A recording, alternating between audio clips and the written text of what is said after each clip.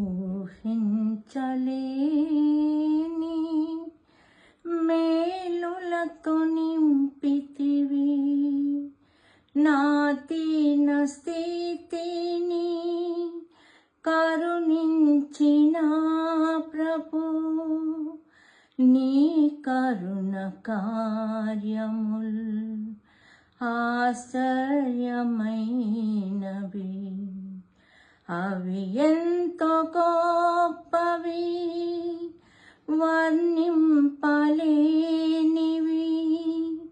మనం ఊహించని ఎన్నో అద్భుతాలు ఆశ్చర్యకార్యాలు యేసయ్య మన జీవితాలు ఎన్నో చేస్తున్నారు, ఇప్పటికీ చేస్తూనే ఉన్నారు.